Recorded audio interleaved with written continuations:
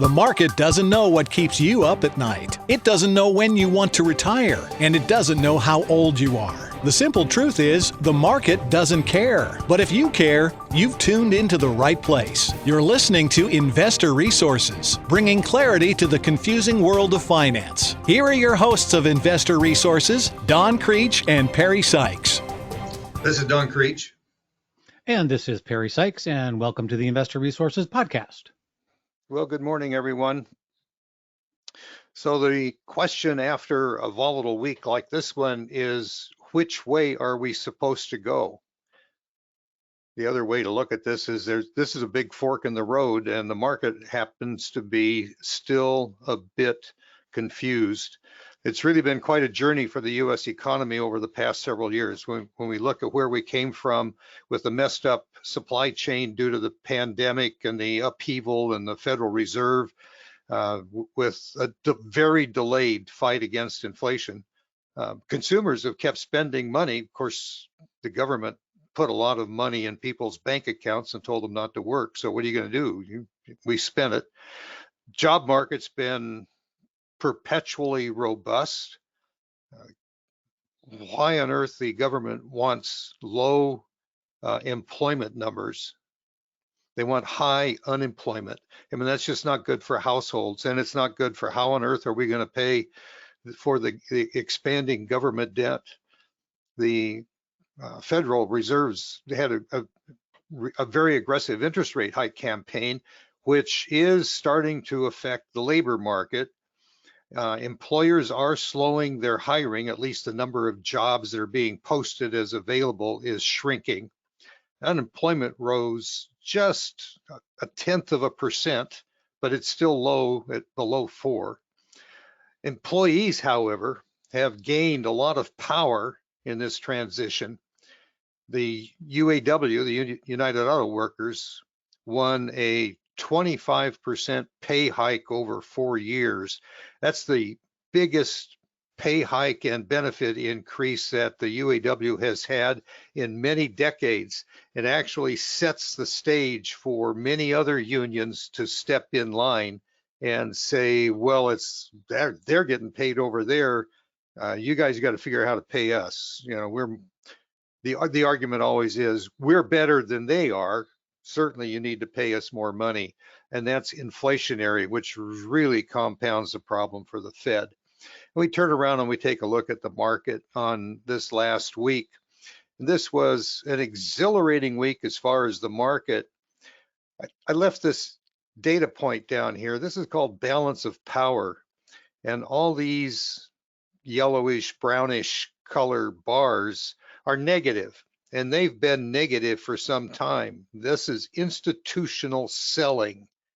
And this line that's falling is money stream. That's the amount of money coming into the market. There's a little bit of a rally right here in October, but it faded very quickly.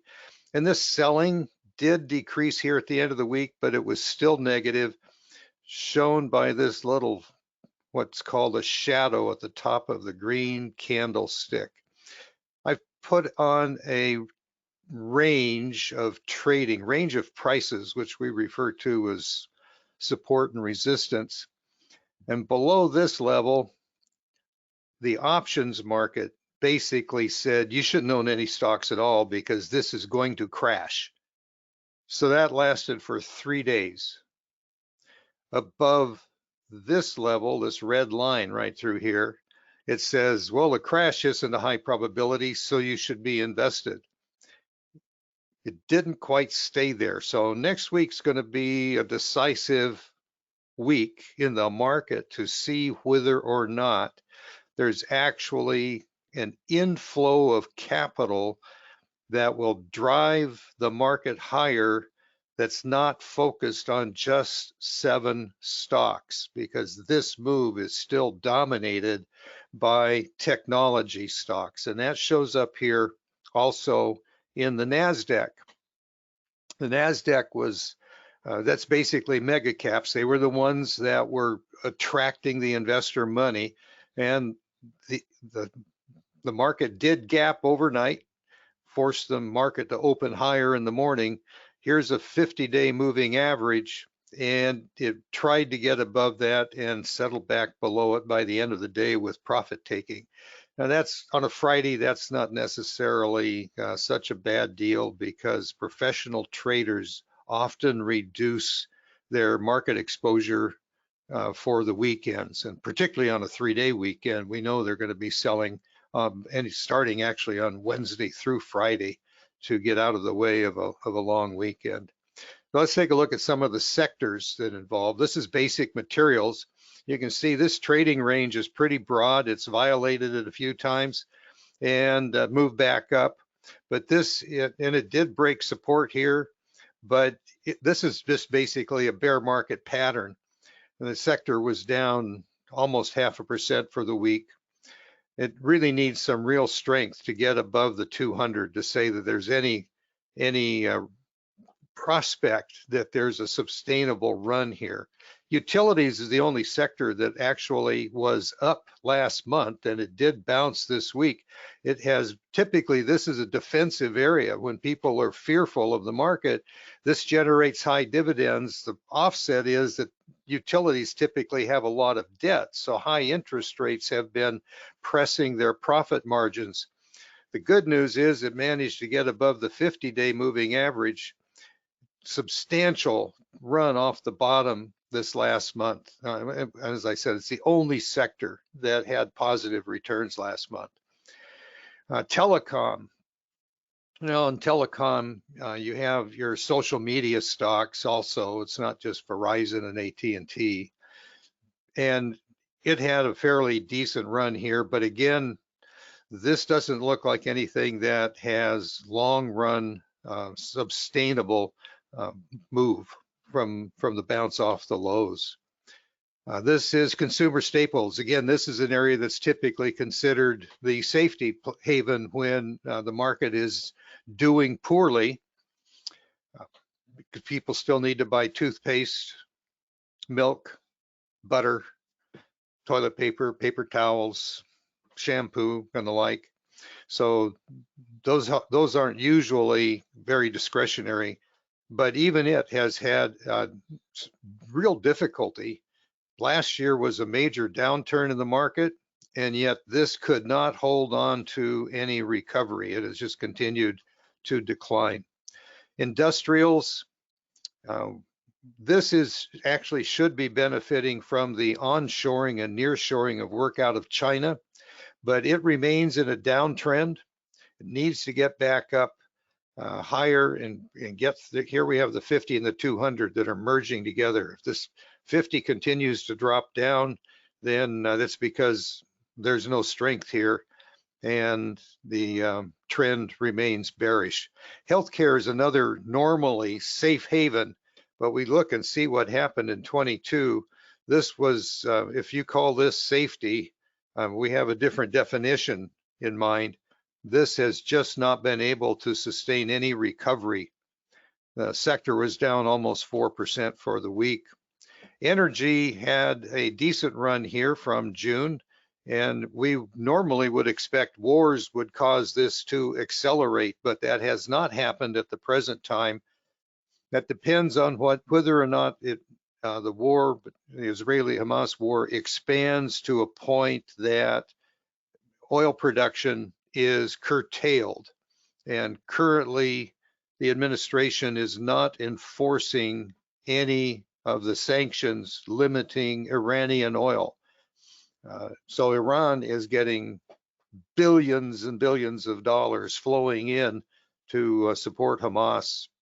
Whether or not the administration changes that and the supply of oil in the market would change is just right now is just an unknown here. It did, energy did bounce at the support level. Earnings are on the downside, however. They are shrinking, and that is a concern. However, company management's been raising dividends on the big companies. Exxon and Chevron come to mind. I think Shell did. Here we are with technology. So this is where the Magnificent Seven stocks are. And this stock had a down, where'd my cursor go? There we go. So this has been in downtrend. Looks like if we get more money flow next week, this thing could turn up and add a little bit more upside. Whether or not it lasts is just the same question that we've had with these other rallies. They rally, and the assumption right now is that interest rates are coming down because the Fed didn't raise rates.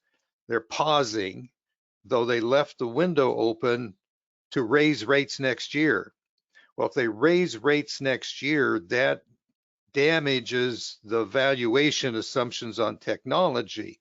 So this little rally is based on, well, interest rates aren't going to go up. So growth is an acceptable place to allocate money until rates go up. So that's part of, do you believe inflation has been whipped? And if so, you believe interest rates will continue down and that the Fed will not have any problem avoiding another rate hike. Here's financials. Move higher in interest rates impacts this sector on the downside. I mean, they end up being able to charge money for loans, but individuals who have been parking money there because it didn't make any sense to put it anyplace else for cash now have someplace else to go with their cash. So deposits have been leaving the banks.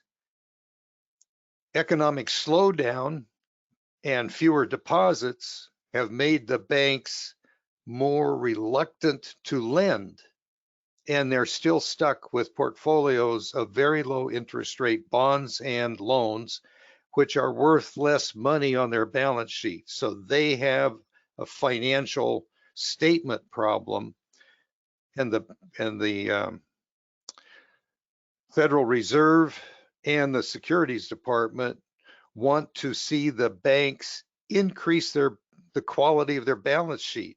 And if they do that, they can't make loans. So this is a really difficult sector to be involved in. Consumer discretionary. Well, some of that discretionary income has moved from high expense durables. I mean, during COVID, discretionary income was showing up in new appliances, cars, if you could find them, more expensive things, house remodels and stuff. Today, that's showing up in, well, I think I can still afford a Starbucks latte. I can afford to eat lunch out today, and maybe I'll have a nicer lunch than I normally would. The type of discretionary spending has changed. It's much more conservative based on the constraints of the household income. This is still below the 50-day moving average and does have some real resistance right here if this pushes higher. And we don't know. We don't forecast stuff. We follow what happens to be working. Now here's real estate, and Perry touched on this.